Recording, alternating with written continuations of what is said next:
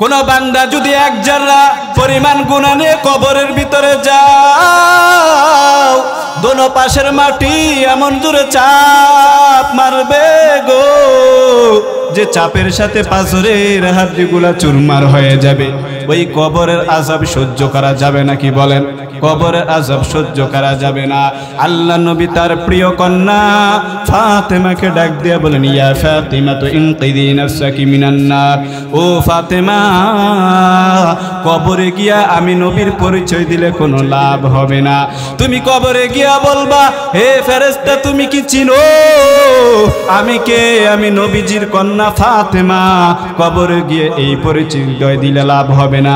নিজের আমল নিজে করিয়া লও।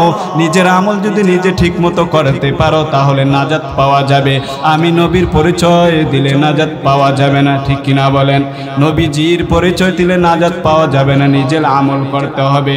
আল্লাহ তাআলা বিনয়াতে বলেন, কুল ইন্নাল মাউতাল্লাযী তাফিরুনা মিনহু ফাইন্নাহু মুলাকীকুম সুম্মা তুরাদ্দুনা ইলা আলিমিল গায়বি ওয়াশ শাহাদাতি ফায়ুনাব্বিউকুম বিমা কুনতুম তা'মালুন। আল্লাহ তাআলা বলেন, হে নবী আপনি আপনার উম্মতের জানায়া দেন, তারা মৃত্যু থেকে যদি বাঁচার জন্য সিঁড়ি লাগায় যদি আসমানও চলে যায়, সীসা ডালাই করে যদি তারা মাটির ভিতরে চলে যায়, তাদেরকে মৃত্যু পাকড়াও করবে। আইনামা তাকুনু ইউদরিকুমুল মাউত ওয়ালাউ কুনতুম ফি বুরুজিম মুশাইয়াদা।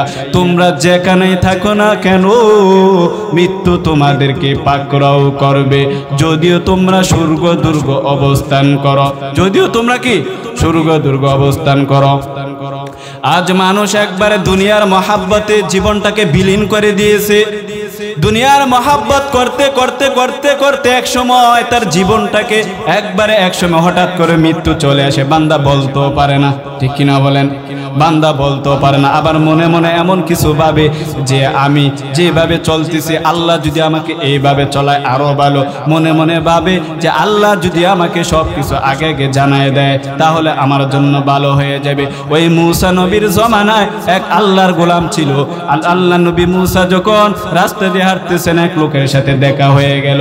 মূসা নবীকে বলল, হে পয়গম্বর আপনি কোথায় যাইতেছেন? বলতেছে তুর পারে যাইতেছি কথা বলার জন্য।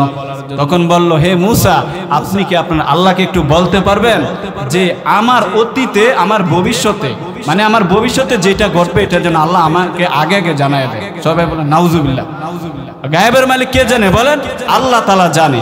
আমরা অনেকে এমন কিছু ভাবি যে আমার সাথে এই বিপদটা কেন হলো, আমার সাথে এইটা কেন ঘটনা হলো, আমি কেন গরিব, আমি কেন বড় লোক হইতে পারি না, অমুকে কেন আমার চেয়ে ভালো চলে। এগুলা নিয়ে অনেক মানুষ হিংসা এবং আফসোস করে, কি করে? অনেকে করে। তো এই লোক বলল, মূসা আপনি বলবেন যেন আল্লাহ তাআলা আমাকে আগে আগে সবকিছু জানায় দেয়। তো পয়গম্বর মূসা বলল, আল্লাহ যেটা তোমার জীবনের জন্য কল্যাণ রেখেছে এটাই তোমার জন্য উত্তম, কিন্তু তুমি জানো না তোমার জীবনে ভবিষ্যতে কি ঘটবে। কিন্তু বেশি ফাউকারি করতে যাইও না, বেশি যদি চালাকি করো নিজে নিজে ধরা খাইবা। কোন আমি চাই আল্লাহ যেন আমার ভবিষ্যতে সবকিছু খবর আগে আগে জানায় দেয়। তো কি করলো? একদিন আল্লাহ নবী মূসা যখন আল্লাহর সাথে কথা বলার পর আবার ফিরে আসলেন, তখন বলল যে তুমি না বলছিলা যে আল্লাহ তাআলা তোমার আগে আগে সবকিছু জানাই দেওয়ার জন্য? আল্লাহ তাআলা বলছে তুমি বলে একটা ঘোড়া পালো। তুমি কি পালো? তুমি নাকি একটা ঘোড়া পালতেছো। এই ঘোড়াটা আগামীকাল সোমবারে মারা যাবে। আগামীকাল সোমবারে কি হবে? মারা যাবে। এই লোক এই কথা শুনে আগে আগে তাড়াতাড়ি করে বাজারের দিন গিয়ে বাজারে গিয়ে ঘোড়াটা বিক্রি করে ফেলে আনন্দে হাসি খুশিতে সে আনন্দ দিন কাটাইতেছে আর বলতেছে আল্লাহ ভালো, আল্লাহ নবীও ভালো, আল্লাহ ভালো, আল্লাহ নবীও ভালো। এই না মন মতো আল্লাহ আমাদের মতো চলে? আছে কিনা এরকম লোক? কথা বলেন। এরকম লোক অনেক আছে। এরপরে যখন ঘোড়াটা বিক্রি করার পর টাকা নিয়ে ঘরে চলে আসলেন, আবার পয়গম্বর মূসার সাথে দেখা হয়ে গেল। ডাক দিয়ে বলেন, হে আল্লাহ নবী মূসা কোনো খবর আছে নাকি? বলে হ্যাঁ খবর আছে। তুমি যে ঘোড়াটা বিক্রি করে যেই টাকাটা ঘরের মধ্যে রাখছো এই টাকাটা চোরে চুরি করে নিয়ে যাবে। সুবহানাল্লাহ বলেন। চোরে কি করবে? অমুক দিন আইসা চুরি করে নিয়ে যাবে।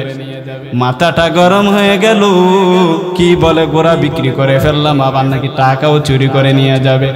এই বান্দা তাড়াতাড়ি করে ঘরের মধ্যে যায়, ঘরের মধ্যে গিয়া তাড়াতাড়ি বিবিরে ডাক দিয়ে বলে, বিবি তাড়াতাড়ি টাকাটা দাও, ঘোড়ার বিক্রির টাকাটা দাও, আমি তাড়াতাড়ি করে গিয়ে 14 মাইল তাফাত আমানত করে রাখি।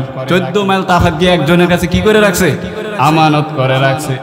এ বান্দা তো খুশি, আহারে নবীও ভালো, আল্লাহ ভালো, আমার কি না উপকার করতেছে। আল্লাহ যদি আমাকে আগে আগে খবর না জানাই দিত তাহলে আমি তো জানতাম না, কিন্তু আল্লাহ তাআলা আমার কি উপকার করতেছে। গোরা মারা যাবে কিন্তু গোরা তার এনে গিয়ে মরুক, কোনো সমস্যা নেই, আমি তো টাকা পাইলাম, এই টাকা আবার চোরে নিয়ে যাইবে, এইটু আল্লাহ খবর জানাই দিল, চোর নিয়ে যাবে, টাকা গিয়ে আমি 14 মাইল আমানত করে রাখলাম। আবার এই টাকাটা যখন আমানত করে রাখার পর আবার কিছুদিন পরে পয়গম্বর মূসা একটা খবর দিলেন, এদিকে আসো, তোমার টাকা তো চুরি করে নাই, তুমি আমানত হিসাবে 14 মাইল দূরে রেখে আসছো, আরেকটা খবর আছে, অমুক দিন তোমার মৃত্যু। সুবহানাল্লাহ বলেন। এবার আর বাঁচতে পারবে? কথা বলেন। এতদিন খুবই চালাকি করছো, এখন তো আর বাঁচার কোনো কায়দা নাই। আল্লাহ নবী মূসা বলেন, আল্লাহ তাআলা বলছেন অমুক দিন তোমার মৃত্যু হবে। সাথে সাথে আল্লাহর বান্দা বনি ইসরায়েলের যুগের ঘটনা বলতেছি বাবা, কিতাবের মধ্যে দেখলাম, সাথে সাথে পয়গম্বর মূসার কাছে সিলিন্ডার হয়ে গেলেন, ও আল্লাহর নবী আমি ভুল করেছি, আমাকে ক্ষমা করে দেন। আল্লাহর কাছে বলে, আসলে আমরা অনেক কিছু চালাকি করি কিনা, আমাদের এমন কিছু কথাবার্তা হয়, এমন কিছু চালাকি হয় যেটা আমরা নিজেও টের পাই না। তো এ বান্দার সর্বশেষে কি করলো? আল্লাহ তাআলা যখন বললো ওই বান্দার মৃত্যু হবে, সর্বশেষে বান্দা তওবা করে আর ভুল সিদ্ধান্ত থেকে আল্লাহর পথে চলে আসলো। এরকম ভাবে আমরা মৃত্যু থেকে কেউ পালন করতে পারবো না। মৃত্যু এমন একটা জিনিস, বান্দা যখন চলে আসবে তখন তুমি বুঝতে পারবা, এখন বুঝতে পারবা না। যার সাথে মৃত্যু হয় সে বলতে পারে। পয়গম্বর মূসা আলাইহিস সালাম যখন রাস্তা দিয়ে হেঁটতেছেন, এক বান্দা ডেকে বলল, হে আল্লাহর নবী মূসা, আল্লাহ তাআলা দেখেন আমাকে এমন ভাবে বানাইছে, আমার 2টা হাতও নাই, আমার 2টা কি হাতও নাই, 2টা পাও নাই, আমাকে কেন বানাইছে? এরকম মানুষ আছে না নাই?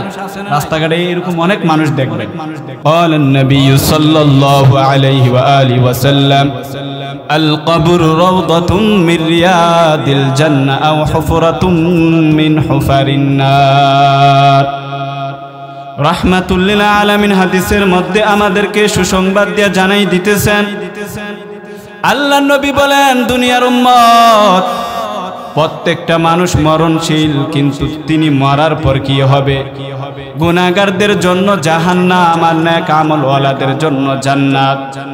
আল্লাহ নবী বলেন, কবর কারো জন্য হবে জান্নাতের একটা বাগান, আবার কারো জন্য হবে জাহান্নামের গর্ত। কারো জন্য জান্নাতের বাগান, আবার কারো জন্য জাহান্নামের একটা গর্ত। কে বলেছেন? চিল্লায়া বলেন। রাহমাতুল লিল আলামিন আমাদেরকে বলতেছেন। এবার বান্দা তুমি একটু চিন্তা করো, তুমি দুনিয়াতে কি কাজ করতেছো? আল্লাহ তাআলা বলেন, ইন্নাল আবরারা লাফি নাঈম ওয়া ইন্নাল ফুজ্জারা লাফি জাহিম। আল্লাহ তাআলা কোরআনের মধ্যে বলেন, যারা গুনাহ করে করে জীবনটাকে কাটাই দিবে তাদের জন্য হচ্ছে জাহান্নাম, আর যারা নেক আমল করে করে জিন্দেগি গঠন করবে তাদের জন্য জান্নাত। ভিন্ন আয়াতে আল্লাহ তাআলা বলেন, ওয়া মান ইয়ামাল মিসকালা যাররাতিন খায়রান ইয়ারা ওয়া মান ইয়ামাল মিসকালা যাররাতিন শাররান ইয়ারা। কোন বান্দা যদি 1 জাররা পরিমাণ গুনাহ নিয়ে কবরের ভিতরে যাও, দোনো পাশের মাটি এমন জোরে চাপ মারবে গো, যে চাপের সাথে পাথরের হাড্ডিগুলা চুরমার হয়ে যাবে। ওই কবরের আযাব সহ্য করা যাবে না, কি বলেন? কবরের আযাব সহ্য করা যাবে না। আল্লাহ নবী তার প্রিয় কন্যা ফাতেমাকে ডাক দিয়ে বলেন, ইয়া ফাতিমা তু ইনকিদি নাফসাকি মিনান নার। ও ফাতেমা, কবরে গিয়া আমি নবীর পরিচয় দিলে কোনো লাভ হবে না। তুমি কবরে গিয়া বলবা, হে ফেরেশতা তুমি কি চিনো আমি কে? আমি নবীজির কন্যা ফাতেমা। কবরে গিয়ে এই পরিচয় দিলে লাভ হবে হবে না। নিজের আমল নিজে করিয়া লও।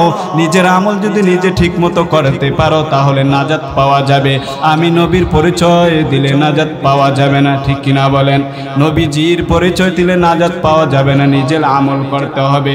আল্লাহ তাআলা বিনয়তে বলেন, কুল ইন্নাল মাউতাল্লাযী তাফিরুনা মিনহু ফাইন্নাহু মুলাকীকুম সুম্মা তুরাদ্দুনা ইলা আলিমিল গায়বি ওয়াশ শাহাদাতি ফায়ুনাব্বিউকুম বিমা কুনতুম তা'মালুন।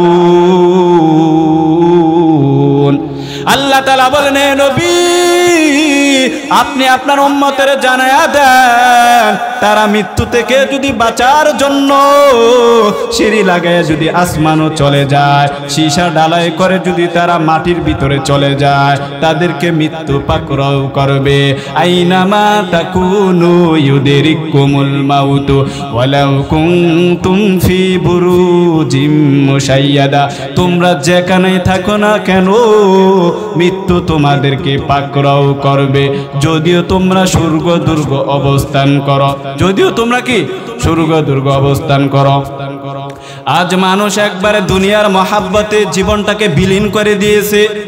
দুনিয়ার মহাব্বত করতে করতে করতে করতে এক সময় তার জীবনটাকে এক সময় হঠাৎ করে মৃত্যু চলে আসে। বান্দা বলতেও পারে না, ঠিক কিনা বলেন? বান্দা বলতেও পারে না। আবার মনে মনে এমন কিছু ভাবে যে আমি যেভাবে চলতেছি আল্লাহ যদি আমাকে এইভাবে চলায় আরো ভালো। মনে মনে ভাবে যে আল্লাহ যদি আমাকে সব কিছু আগে আগে জানায় দেয় তাহলে আমার জন্য ভালো হয়ে যাবে। ওই মূসা নবীর জমানায় এক আল্লাহর গোলাম ছিল। আল্লাহ নবী মূসা যখন রাস্তা দিয়ে হাঁটতেছেন, এক লোকের সাথে দেখা হয়ে গেল। মূসা নবীকে বলল, হে পয়গম্বর, আপনি কোথায় যাইতেছেন? বলতেছে, তুর পারে যাইতেছি কথা বলার জন্য। তখন বলল, হে মূসা, আপনি কি আপনার আল্লাহকে একটু বলতে পারবেন যে আমার অতীতে আমার ভবিষ্যতে, মানে আমার ভবিষ্যতে যেটা ঘটবে এটা যেন আল্লাহ আমাকে আগে আগে জানায় দেয়। সবাই বলেন নাউজুবিল্লাহ। গায়েবের মালিক কে জানে? বলেন আল্লাহ তাআলা জানে। আমরা অনেকে এমন কিছু ভাবি যে আমার সাথে এই বিপদটা কেন হলো, আমার সাথে এইটা কেন ঘটনা হলো, আমি কেন গরিব, আমি কেন বড় লোক হইতে পারি না, অমুকে কেন আমার চেয়ে ভালো চলে। এগুলা নিয়ে অনেক মানুষ হিংসা এবং আফসোস করে, কি করে কিনা অনেকে করে। তো এই লোক বলল, মূসা আপনি বলবেন যেন আল্লাহ তাআলা আমাকে আগে আগে সবকিছু জানায় দেয়। তো পয়গম্বর মূসা বলল, আল্লাহ যেটা তোমার জীবনের জন্য কল্যাণ রেখেছে এটাই তোমার জন্য উত্তম, কিন্তু তুমি জানো না তোমার জীবনে ভবিষ্যতে কি ঘটবে। কিন্তু বেশি ফাউকারি করতে যাইও না, বেশি যদি চালাকি করো নিজে নিজে ধরা খাইবা। না আমি চাই আল্লাহ যেন আমার ভবিষ্যতের সবকিছু খবর আগে আগে জানায় দেয়। তো কি করলো, একদিন আল্লাহ নবী মূসা যখন আল্লাহর সাথে কথা বলার পর আবার ফিরে আসলেন, তখন বলল যে তুমি না বলছিলা যে আল্লাহ তাআলা তোমার আগে আগে সবকিছু জানাই দেওয়ার জন্য। আল্লাহ তাআলা বলছে তুমি বলে একটা ঘোড়া পালো। তুমি কি পালো? তুমি নাকি একটা ঘোড়া পালতেছো। এই ঘোড়াটা আগামীকাল সোমবারে মারা যাবে। আগামীকাল সোমবারে কি হবে? মারা যাবে। এই লোক এই কথা শুনে আগে আগে তাড়াতাড়ি করে বাজারের দিন গিয়ে বাজারে গিয়ে ঘোড়াটা বিক্রি করে ফেলে আনন্দে হাসি খুশিতে সে আনন্দ দিন কাটাইতেছে আর বলতেছে আল্লাহ ভালো, আল্লাহ নবীও ভালো, আল্লাহ ভালো, আল্লাহ নবীও ভালো। এই না মন মতো আল্লাহ আমাদের মতো চলে? আছে কিনা এরকম লোক? কথা বলেন, এরকম লোক অনেক আছে। এরপরে যখন ঘোড়াটা বিক্রি করার পর টাকা নিয়ে ঘরে চলে আসলেন, আবার পয়গম্বর মূসার সাথে দেখা হয়ে গেল। ডাক দিয়ে বলেন, হে আল্লাহ নবী মূসা, কোনো খবর আছে নাকি? বলে হ্যাঁ খবর আছে। তুমি যে ঘোড়াটা বিক্রি করে যেই টাকাটা ঘরের মধ্যে রাখছো, এই টাকাটা চোরে চুরি করে নিয়ে যাবে। সুবহানাল্লাহ বলেন। চোরে কি করবে? অমুক দিন ঈশা চুরি করে নিয়ে যাবে। মাথাটা গরম হয়ে গেল। কি বলে, ঘোড়া বিক্রি করে ফেললাম, আবার নাকি টাকাও চুরি করে নিয়ে যাবে। এই বান্দা তাড়াতাড়ি করে ঘরের মধ্যে যায়। ঘরের মধ্যে গিয়া তাড়াতাড়ি বিবিরে ডাক দিয়ে বলে, বিবি তাড়াতাড়ি টাকাটা দাও, ঘোড়ার বিক্রির টাকাটা দাও। আমি তাড়াতাড়ি করে গিয়ে 14 মাইল তাফাত আমানত করে রাখি। 14 মাইল তাফাত গিয়ে একজনের কাছে কি করে রাখছে? আমানত করে রাখছে।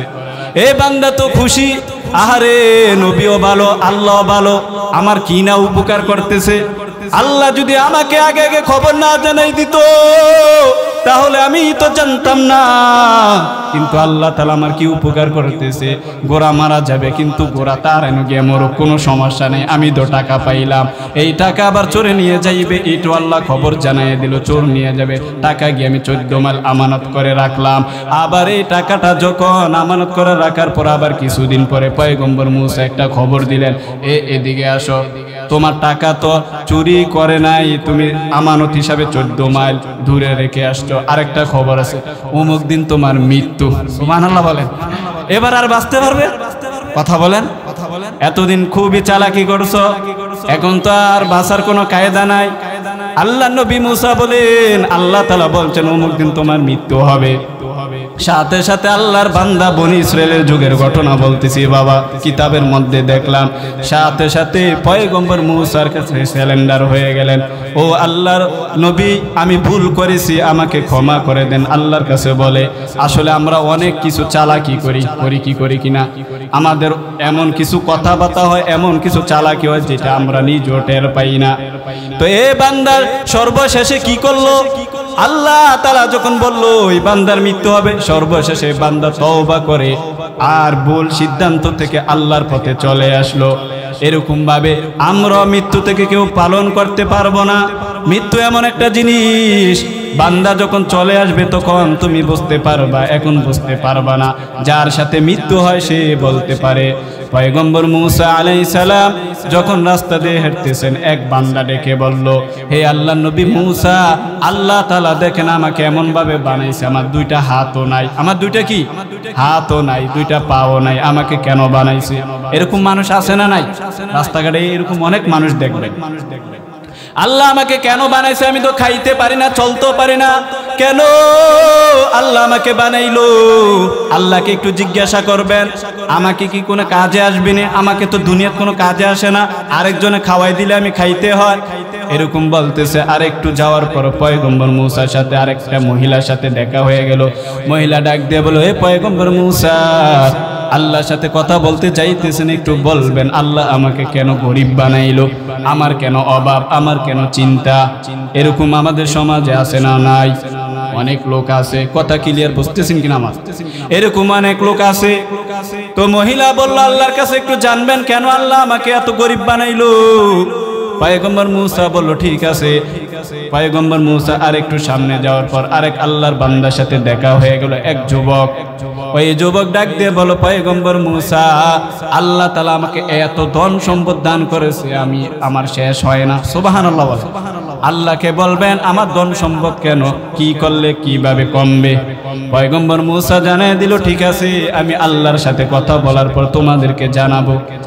এবার পয়গম্বর মূসা আল্লাহর সাথে তুর পারে কথা বলতেছেন। বলার পর রাস্তা দিয়ে যখন চলছে তখন হঠাৎ করে ওই যুবকের সাথে দেখা, আর বলল, হে যুবক, আল্লাহ তাআলা তোমাকে বলছে এত ধন সম্পদ দিয়েছে তোমাকে পরীক্ষা করার জন্য, ধন সম্পদ দিয়েছে তোমাকে পরীক্ষা করার জন্য, তুমি যে আল্লাহ তাআলা ধন সম্পদ পাইয়া শুকরিয়া আদায় ছেড়ে দিবা, শুকরিয়া আদায় কি ছেড়ে দিবা, শুকরিয়া আদায় করবা না, তাহলে তোমার ধন সম্পদ কমে যাবে, তাহলে তোমার কি ধন সম্পদ কমে যাবে। বর্তমান জমানায় আমাদের অনেক লোক আছে, আল্লাহ তাআলা অনেক ধন সম্পদ দিয়েছে, কিন্তু এগুলা বাজে কাজে ব্যয় করে, আছে না নাই? যেখানে কনসার্ট হয়, যেখানে খেলাধুলা হয়, ওখানে টাকা ব্যয় করে, আর দিনের মাহফিল হয় ওখানে হারামও একটা টাকাও দিতে চায় না, আছে না না? এরকম হারকে খাদ আমলে সল্লু মুদাম আতে সাজু জুকশাওয়াদহু বল হারাম। এরপরে পয়গম্বর মূসা যখন আবার সামনে গেলেন, মহিলার সাথে দেখা হয়ে গেল। বলল, আল্লাহ তাআলা তোমার জন্য একটা খবর পাঠাইলেন, তোমাকে আল্লাহ তাআলা কেন গরিব বানাইছে জানো?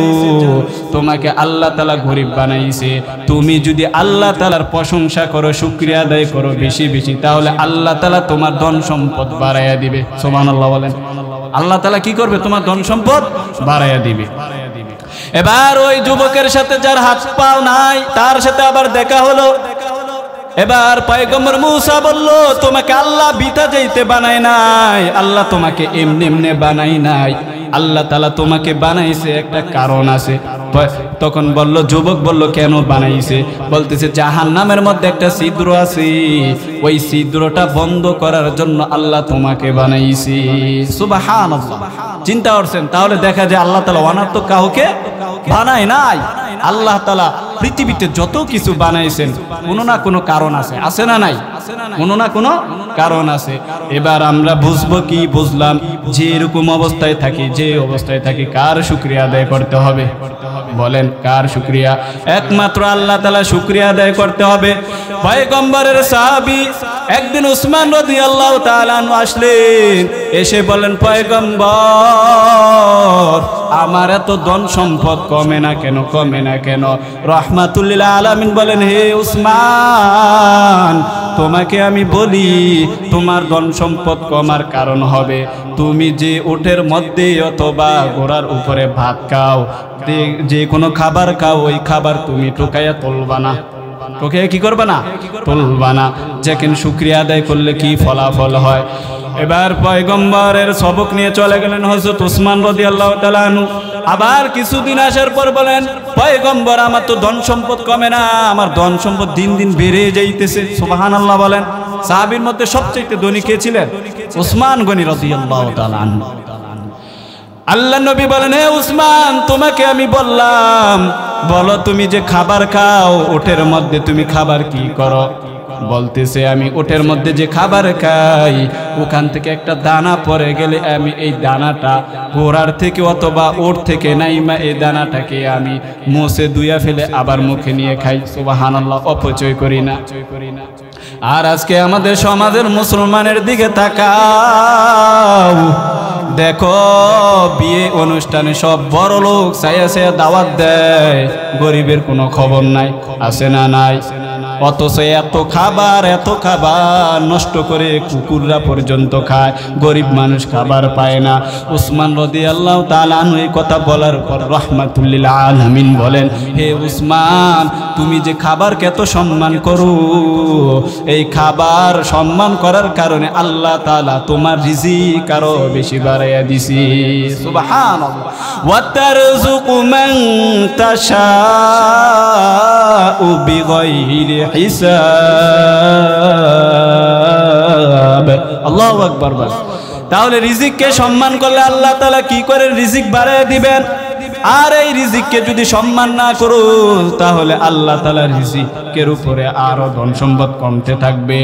আমি যে আয়াত পড়েছি বাবা, আমি একটা কথা বলতে চাই, আজকে এই মাহফিল থেকে তালিম নিয়ে যাবেন, সবক নিয়ে যাবেন, যে মৃত্যু কখন আসবে এটা কোনো বলে আসবে না, যে কোনো মুহূর্তে চলে আসবে। ঠিক কিনা বলেন? এমনও আছে বাবার আগে ছেলে চলে যায়, আছে না নাই? কেন কেন চলে যায়? আল্লাহ তাআলা আঙ্গুল দিয়ে দেখায় দেয়, দেখো আমি আল্লাহ কি না পারি, আমি আল্লাহ চাইলে বাবার আগে সন্তানকে নিতে পারি। এটাতে বুঝাই দিল রাহমাতুল লিল আলামিনের সাহাবী হযরত উসমান রাদিয়াল্লাহু তাআলা আনহু যখন কোনো কবরকে দেখতেন, কবরকে দেখার পর পর সে হাউমাউ করে কান্না শুরু করতেন। আবু হুরায়রা ডাক দিয়ে বলেন, হে পয়গম্বরের সাহাবী হযরত উসমান, তুমি কেন কবরকে দেখলে এত কাঁদো?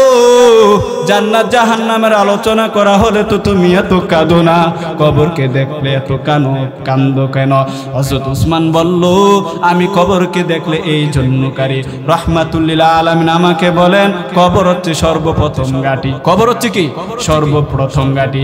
এই ঘাঁটি থেকে যদি কেউ মুক্তি পেয়ে যায়, বাকিগুলো থেকে তার জন্য মুক্তি পাওয়া সহজ হয়ে যাবে। ঠিক না বলেন? কুল্লু নাফসিন যায়িকাতুল মাউত সুম্মা ইলাইনা তুরজাউন। মাউতু গাসিন কুল্লু নাসিন শারবু কবরু বাইতিন কুল্লু নাসিন দাখিলু। এ দুনিয়া ছাড়িয়া কোথায় যাইবা ভাগিয়া? ঠিক না বলেন? এ দুনিয়া ছাড়িয়া কোথায় যাইবা ভাগিয়া, মরণ তোমায় লইবে গিরি যতই করো বাহানা। মরণ তোমায় লইবে গিরি যতই করো বাহানা। চিন্তা করে দেখো না কবরে কি যাইবা না, চিন্তা করে দেখো না কবরে কি যাইবা না। যেই কবরে আল্লাহ ছাড়া বন্ধু কেহ থাকবে না, যেই কবরে আল্লাহ ছাড়া বন্ধু কেহ থাকবে না, চিন্তা করে দেখো না কবরে কি যাইবা না, চিন্তা করে দেখো না কবরে কি যাইবা না।